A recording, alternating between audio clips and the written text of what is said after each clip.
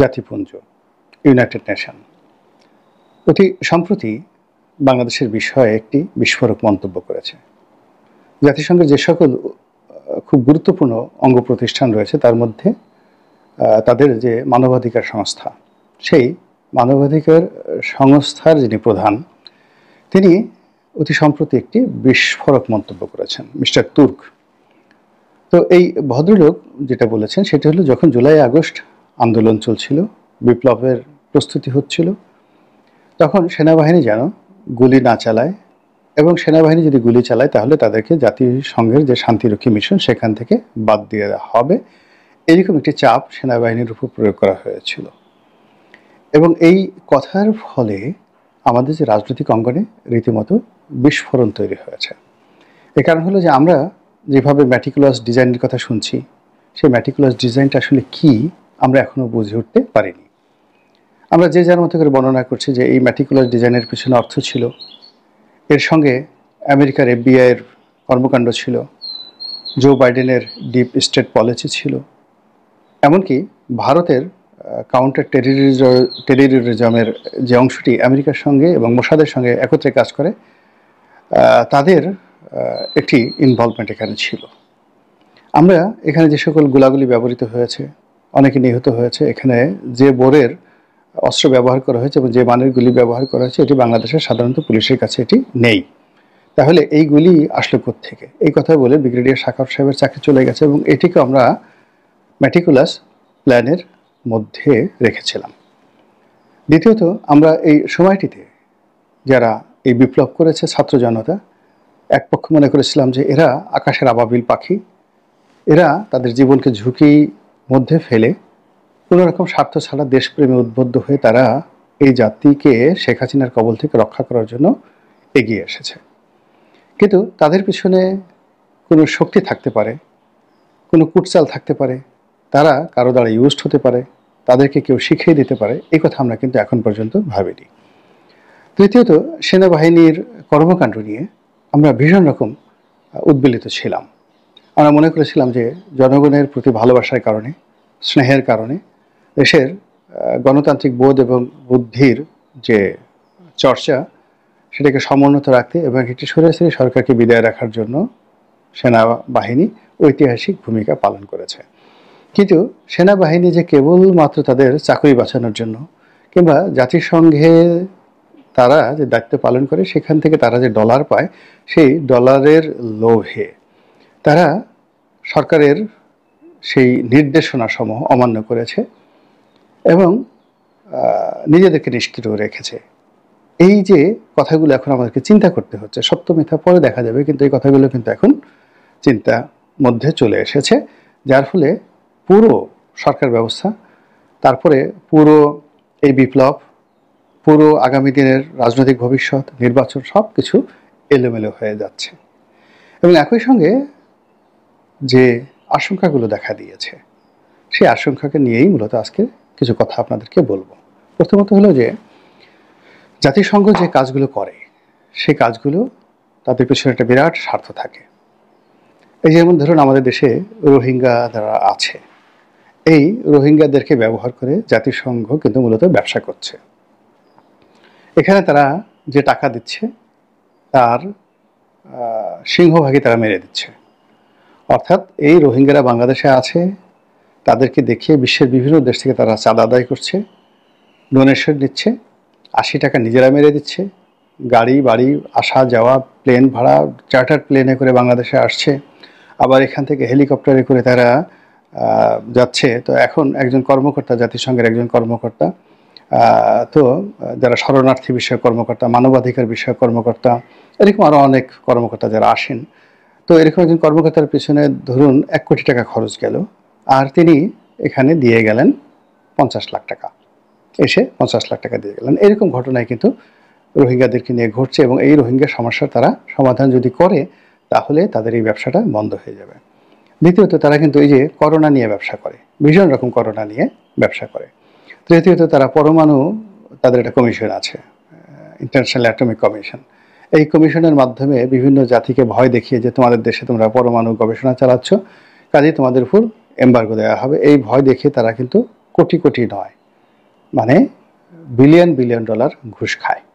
কখনো সরকারিভাবে মানে জাতিসংঘের ফান্ডে টাকা দিতে হয়, কখনো ব্যক্তিগতভাবে জাতিসংঘের যারা কর্মকর্তা তারাও কিন্তু এই টাকা গ্রহণ করে। ফলে জাতিসংঘ স্বাদ ধোয়া তেঁতুলের বেশি নয়। এটি সাম্রাজ্যবাদী শক্তির একটা হাতিয়ার তৃতীয় বিশ্ব এবং দ্বিতীয় বিশ্বকে দমন করার জন্য এবং প্রতিপক্ষকে দমন করার জন্য। আরও যদি স্পষ্টভাবে বলি যে এই জাতিসংঘের পুরো মেশিনারিজটি হলো মার্কিন যুক্তরাষ্ট্রের হাতিয়ার। তারা এই হাতিয়ার ব্যবহার করে কখনো ইরানের বিরুদ্ধে নিষেধাজ্ঞা দেয়, কখনো আসাদের বিরুদ্ধে নিষেধাজ্ঞা দেয়, কখনো সেই হাইতিতে সৈন্য পাঠায়, কখনো তারা এই প্রতিষ্ঠানটাকে ব্যবহার করে ন্যাটোকে ব্যবহার করে তারা বিশ্বে যুদ্ধ বাঁধিয়ে দেয়, কখনো কখনো কোনো দেশের সহায় সম্পত্তি তারা সেখানে লুটপাট করে নেয়। বোঝার চেষ্টা করুন, এখন তারা ইউক্রেনকে নিয়ে যে খেলা খেলছে, পুরো দেশটাকে তছনছ করে ছেড়ে দিচ্ছে। পৃথিবীর যে কয়টি সভ্য এলাকা রয়েছে এবং খনিজ সম্পদে পরিপূর্ণ, যেটিকে স্বর্গভূমি বলা যেতে পারে, সেটি হলো এই ইউক্রেন। সেই ইউক্রেনকে তারা যুদ্ধের মধ্যে ফেলে দিয়েছে। এখানে জেলেনস্কিকে ক্ষমতায় বসানো থেকে শুরু করে তাকে রাশিয়ার সঙ্গে যুদ্ধে ঠেলে দেওয়া পুরো কাজটাই করেছে ইউরোপ এবং আমেরিকা। এখন সেই কাজ করে তারা পুরো জাতি এবং ভূখণ্ডকে এমনভাবে তারা জিম্মি করে ফেলেছে যে তোমাদের দেশের যত দুর্লভ খনিজ সম্পদ রয়েছে সেই দুর্লভ খনিজ সম্পদ এখন আমাদেরকে দিতে হবে। একমাত্র আমেরিকাই এটা চাচ্ছে $500 বিলিয়ন। আমাদের রিজার্ভ এই মুহূর্তে যদি $25 বিলিয়ন হয়, তাহলে তারা $500 বিলিয়ন এই সমপরিমাণ খনিজ সম্পদ তারা ইউক্রেন থেকে নিতে চাচ্ছে। এবং এই কাজ করার জন্য তারা জাতিসংঘকে তাদের টুলস হিসেবে ব্যবহার করেছে। এখন সেই জাতিসংঘ বাংলাদেশের ক্ষমতার পট পরিবর্তনে ব্যবহৃত হয়েছে। কাজেই এখানে আগামীতে সেনাবাহিনীর অবস্থা কি হবে, দেশের স্বাধীনতা সার্বভৌমত্বের অবস্থা কি হবে, ভৌগোলিক অবস্থা কি হবে, এই জিনিসগুলো মানে আগামীতে একটা বিশাল অশনি সংকট আমাদের জন্য তৈরি করে ফেলেছে।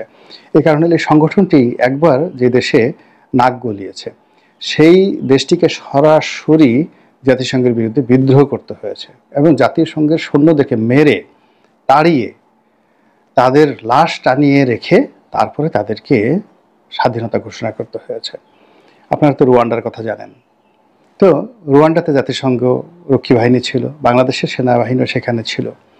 তো সেই রুয়ান্ডার যে গৃহযুদ্ধ কিভাবে হয়েছিল এবং সেই গৃহযুদ্ধ থেকে বের হয়ে এখন দেখেন রুয়ান্ডা তাদের যে নেতৃত্ব এখন Paul Kagame, one of the finest president around the world. তার মতো এইরকম প্রাজ্ঞ অভিজ্ঞ যুদ্ধজয়ী নেতৃত্ব পৃথিবীতে বিরল। তিনি কি করেছেন? তিনি এই জাতিসংঘের বিরুদ্ধে যুদ্ধ করে জাতিসংঘকে পরাজিত করে তারপর তিনি সেখানে গিয়েছেন। আজ দেখেন আসাদের অবস্থা, এই জাতিসংঘ তাকে খেয়ে দিয়েছে, সাদ্দামকে জাতিসংঘ খেয়ে দিয়েছে, তারপর লিবিয়াকে জাতিসংঘ খেয়ে দিয়েছে, আফগানিস্তানকে জাতিসংঘ খেয়ে দিয়েছে। আফগানিস্তানের $8 বিলিয়ন আমেরিকা আটকে রেখেছে। তারা যদি মানে তালেবানরা তো আসলে অনেক সভ্য, তালেবানরা যদি সমস্ত আমেরিকান সৈন্যদেরকে জিম্মি করে রাখতো যেভাবে তারা বিজয়ী হয়েছিল, তাহলে এই $8 বিলিয়ন পরিবর্তে তারা $80 বিলিয়ন ক্যাশ পেমেন্ট করে তারপর তাদেরকে সেই জিম্মি ছাড়াতে হতো। কিন্তু তারা আমেরিকাকে বিশ্বাস করে সেই চুক্তি অনুযায়ী পুরো নিরাপদে আমেরিকান সৈন্যদেরকে তারা আফগানিস্তান ত্যাগ করার সুযোগ করে দিয়েছে। কিন্তু বিনিময় কি হলো, যেই মুহূর্তে তাদের শেষ সৈন্যটা চলে গেছে অমনি তারা চোখ উল্টিয়ে ফেলেছে এবং এখন আফগানিস্তানের কেবলমাত্র বৈদেশিক মুদ্রার অভাবে যে মানবেতর অবস্থা যাচ্ছে, সেই মানবেতর অবস্থাকে তারা আরও মানবেতর করার জন্য পাকিস্তানকে লেলিয়ে দিয়েছে আফগানিস্তানের বিরুদ্ধে, কিন্তু ওই $8 বিলিয়ন দিচ্ছে না। এবং পুরো এই যে কর্মকাণ্ডগুলো চলছে, জাতিসংঘের মানবাধিকার কমিশন কোথায়, জাতিসংঘের এই মহাসচিব কোথায়, তিনি কেন আফগানিস্তান যাচ্ছেন না, তিনি কেন বাংলাদেশে আসছেন, এটি হলো প্রশ্ন। এখন কথা হচ্ছে যে জাতিসংঘ যদি বাংলাদেশে এই যেটা মিস্টার তুর্ক বলেছেন যে তিনি তাদের কথায় তাদের প্রভাবে যদি শেখ হাসিনার পতন হয়ে থাকে তাহলে এটার বিনিময় তারা চাইবেন, বিনিময় তাদেরকে দিতেই হবে। এখন সেই বিনিময়টা কি? এখানে একটা জটিল অবস্থায় ডক্টর মোহাম্মদ ইউনূস পড়েছেন। প্রথমত, জাতিসংঘ কখনো চীনকে এখানে ঘাঁটি গাড়তে দেবে না। দ্বিতীয়ত, এখানে তারা ভারতকেও ঘাঁটি গাড়তে দেবে না। এখানে তাদের জন্য সেন্ট মার্টিন লাগবে, এবং সেন্ট মার্টিন তাদের জন্য যে প্রস্তুত করা হচ্ছে না, বা এই গত 7 মাস ধরে সেন্ট মার্টিনকে যে জাতিসংঘের জন্য সাজানো হচ্ছে না নববধূ রূপে, আপনি কি করে বুঝলেন? একটু সেন্ট মার্টিন যেয়ে দেখেন তো, যাওয়ার চেষ্টা করে দেখেন তো কি অবস্থা হচ্ছে সেখানে। দ্বিতীয়ত, রোহিঙ্গাদেরকে নিয়ে জাতিসংঘের একটা মাস্টার প্ল্যান আছে, মায়ানমারকে নিয়ে একটা মাস্টার প্ল্যান আছে। তারা এই বাংলাদেশের ভিতর দিয়ে আরাকান রাজ্যের মধ্যে একটা সেফ জোন তারা করতে চাচ্ছে। আপনি বোঝার চেষ্টা করেন যে নো ফ্লাইং জোনের মধ্যে যদি একটা সেফ জোন তারা এই রোহিঙ্গাদের জন্য করে ফেলে, এবং সেই সেফ জোনের দ্বারা মায়ানমারের কোনো ক্ষতি হবে না। এর কারণ হলো এই এলাকাটি আলটিমেটলি আরাকান আর্মিদের দখলে চলে এসেছে। এখন এখানে যদি তারা একটা করিডোর তৈরি করে, একটা সেফ জোন তৈরি করে, পুরো যাকে বলা হয় ঝুঁকিটি বাংলাদেশের পার্বত্য অঞ্চলের উপর এসে যাবে। আর এখানে যদি তারা ঠিক সেই পূর্ব তিমুরের মতো একটি রাজ্য প্রতিষ্ঠিত করতে পারে, সেটা আরাকানে হোক, টেকনাফে হোক, উখিয়াতে হোক, বা যেখানেই হোক, এবং সেখানে যদি গুশমাহের মতো একজন শাসক তারা পেয়ে যায়, এবং আরেকটা নোবেল পুরস্কার সেখানে দেয়া যায় তাদের মধ্য থেকে, এবং জাতিসংঘের আশ্রিত একটি রাজ্য সেখানে থাকে, এবং আমেরিকার সমস্ত প্রযুক্তি সেখানে স্থাপন করা যায়, তাহলে একই সঙ্গে ভারত, পাকিস্তান, চীন এবং বাংলাদেশ সবগুলোকে রীতিমতো দৌড়ের উপর রাখা যাবে। এখন এই যে বিষয়গুলো নিয়ে আলোচনা হচ্ছে, আশঙ্কা হচ্ছে, শঙ্কা হচ্ছে, কথা হচ্ছে, বার্তা হচ্ছে, এগুলো নিয়ে সরকারের পক্ষ থেকে কোনো রা নাই, টু নাই, শব্দ নেই। আপনারা প্রশাসনের বিভিন্ন স্তরে এখন অনেক আমেরিকান দালালকে দেখতে পারবেন, সিআইএর এজেন্ট বলে পরিচিত, দীর্ঘদিন ধরে সিআইএর এজেন্ট হিসেবে পরিচিত, তাদেরকে দেখতে পাবেন। এরপর বাংলাদেশের নাগরিকত্ব নেই এরকম অনেক আমেরিকান দালাল ফড়িয়ারা এখন বাংলাদেশে ছড়ি ঘোরাচ্ছে। আর তারই মধ্যে যখন একের পর এক মব তৈরি হচ্ছে, আইনশৃঙ্খলা যখন অবনতির চরমে, মানুষের প্রাণবায়ু যখন নাভিশ্বাসে পরিণত হয়েছে, অর্থাৎ নাক দিয়ে নিঃশ্বাস প্রশ্বাসের পরিবর্তে নাভি দিয়ে নিঃশ্বাস প্রশ্বাস বের হচ্ছে, ঠিক সেই সময়টাতে আমাদের দেশে জাতিসংঘের মহাসচিব তিনি আসছেন। তো মিস্টার গুতরেস যে আসছেন এই মুহূর্তে, তিনি কি আমাদেরকে চুম্বন করার জন্য আসছেন, আলিঙ্গন করার জন্য আসছেন, না আমাদেরকে কিছু দিতে আসছেন, না নিতে আসছেন, সেটাই দেখার বিষয়। মহান আল্লাহ রাব্বুল আলামিন আমাদের সবাইকে